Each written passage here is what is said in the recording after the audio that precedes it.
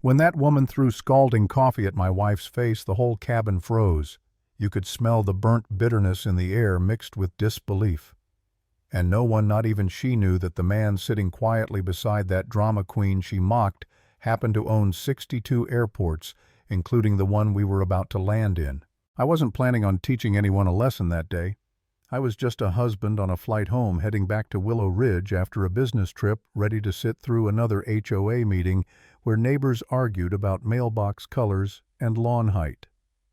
My wife Lena had taken the window seat, her favorite spot. She loved watching the clouds. She said it made her feel small in a good way. Peaceful. That peace didn't last long. It started with a voice behind us, sharp nasal, entitled, "Excuse me, that's my seat." A heavy-set woman with bleached hair and a bright orange blazer stood over Lena, waving a crumpled boarding pass like a weapon. Her tone was pure authority, one I'd heard before in those HOA boardrooms where people mistake control for purpose. Lena looked up, confused but polite. "I think you might be mistaken. This is 14A. The woman, Rachel, she later made sure we all knew her name, snorted. "I requested that seat when I booked. The airline must have screwed up, but whatever, I'm not moving." The flight attendant approached, trying to diffuse the tension. "Ma'am, your assigned seat is 14B, just next to her." Rachel's lips tightened. Unbelievable. "Fine." She flopped down beside my wife, muttering loud enough for everyone nearby to hear. "Some people just think they own the world." Lena's fingers gripped mine under the armrest. I gave her hand a squeeze. Let it go, I thought. Just let it go. But then out of nowhere, Rachel's cup tipped forward and hot liquid splashed across Lena's chest and face. The sound Lena made, it wasn't even a scream, more like a gasp, a sound that made every muscle in my body tense. The cup hit the floor, rolling between the seats. Coffee dripped from her hair. Her pink shirt turned brown. The smell of burnt bitterness filled the air. Rachel's voice sliced through it. "Maybe now you'll learn not to steal someone's seat." My jaw clenched. I didn't stand up right away. I couldn't, because if I did, I wasn't sure what I'd do next. The flight attendants froze. The passengers stared. My wife trembled beside me, blinking through tears. I didn't steal anything," she whispered. Rachel scoffed. "Oh, please, you were smirking at me." The young flight attendant's voice wavered. "Ma'am, please sit down. You just assaulted a passenger." "Assaulted?" Rachel barked out a laugh. "It was an accident." "She's fine. You people are so dramatic." Every inch of me wanted to explode, but years of boardroom battles had taught me restraint. Power isn't loud, it's patient. I knelt beside Lena, wiped her cheek with a napkin. "You okay?" Her voice trembled. "I'm fine." No, she wasn't. I looked up at Rachel. She smirked like she'd won something. That's when the whispering began. Passengers recording, phones half raised, a few sympathetic glances. And I felt something shift, not rage but clarity. The captain's voice came over the speaker, calm and cold. "Cabin crew, please secure the area." Rachel rolled her eyes. Overreaction. "She'll survive." I sat back down, my heartbeat slowing, my anger cooling into something deliberate. The flight attendant leaned toward me. "Sir, we can move you to another seat." I shook my head. "No, we'll stay." Rachel laughed. "Perfect. Maybe you'll learn how real passengers act." I met her gaze steady. "You're right. I'm learning a lot." Her smirk faded just a little. The next hour was a slow burn. She kept muttering under her breath, filming herself talking about how rude people ruined her trip. I stared out the window, watching the clouds roll beneath us, and thought about all the HOA meetings where people like her bullied others over a misplaced flower pot or a slightly faded mailbox. I'd seen this kind of power trip before, petty, insecure, wrapped in fake authority. At one point, Lena whispered, "Why do people act like that?" "Because they think no one will hold them accountable," I said quietly. Rachel overheard. "What's that supposed to mean?" I didn't answer. She huffed. "You know I'm a vice president on my community board. I deal with people like you all the time, always playing victim." That did it. That tone. That smug righteousness.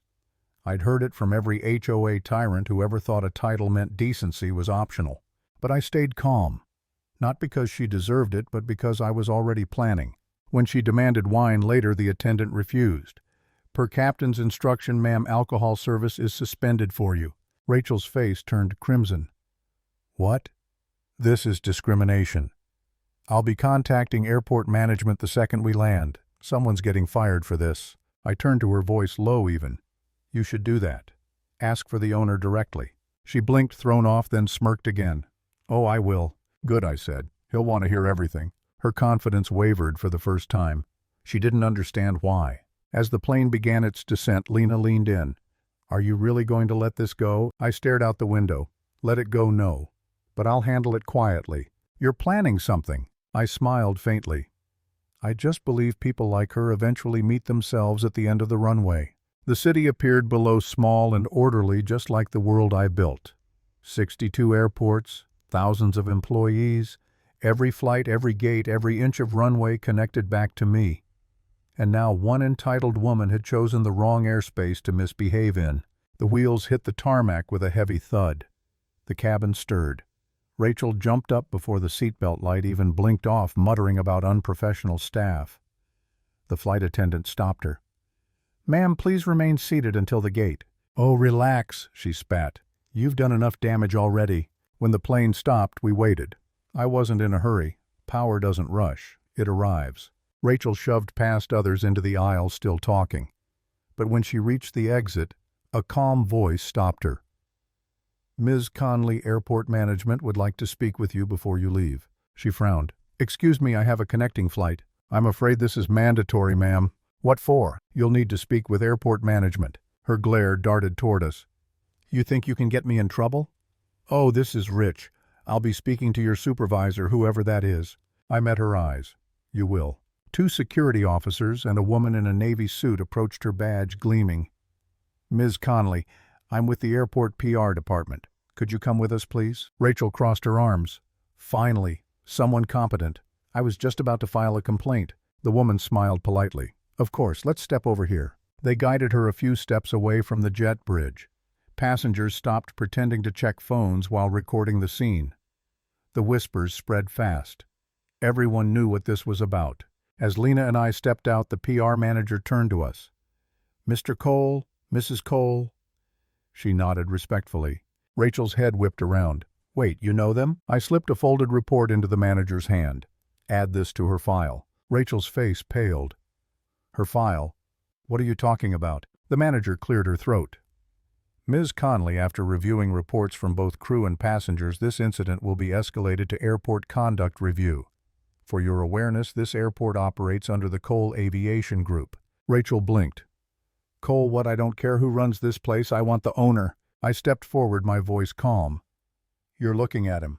It was like the air itself stopped moving. Her mouth fell open, no sound. Cameras clicked. Someone whispered, oh my God. Rachel stammered, You're lying. No one just owns airports. You'd be surprised, I said quietly. Some of us build things instead of complaining about them. The PR manager continued professionally. Per policy, your behavior violated multiple safety and civility protocols. Security will need to escort you for processing. Rachel's voice cracked. You can't blacklist me from one airport? Not one, I corrected. 62. Her breath hitched. You can't do this. You're welcome to try, I said evenly. But every passenger, every crew member, every camera recorded what you did. You threw boiling liquid at someone, then you bragged about it. Her voice faltered to a whisper. It was an accident. No, I said, it was arrogance. The officer stepped closer. Ma'am, please come with us. She resisted for a moment, then stumbled forward, her protests echoing uselessly down the terminal. Phones followed her. Every flash of a camera was a nail in the coffin of her self-importance. Lena stood beside me, calm now. The burn on her cheek had faded to a pink mark. She didn't need to say anything. You all right? I asked quietly. She nodded. Better now. I exhaled. Good. You handled it with grace. She gave me a small smile. And you handled it with precision. People like her only understand one thing, I said. Consequences. We walked through the terminal together. Passengers parted as we passed, murmuring thanks or just nodding silently. Outside, sunlight glared off the rows of planes bearing the Cole Aviation emblem. A young attendant jogged up. Mr. Cole Security confirmed the report. Do you want her permanently restricted from all airports? I paused. No. Let her fly commercial again. but every time she passes through one of our airports, make sure the staff remembers her name." "Yes, sir." The attendant left and Lena tilted her head. "That's mercy." "It's better," I said. "It's memory." We reached the car waiting at the curb. The driver opened the door. I looked back once through the glass walls of the terminal. Rachel was still arguing her words, lost under the hum of departing jets. As I sat beside my wife, I couldn't help but smile. "You know the funny part," I said. "What?" She said she wanted to speak to the airport owner. I glanced at the runway stretching beyond the glass. She just didn't expect him to listen. The car pulled away as another plane lifted into the sky, engines roaring like applause. And as the noise faded, one thought lingered in my mind, a lesson as old as power itself. People who build their lives on arrogance always forget sooner or later they have to land.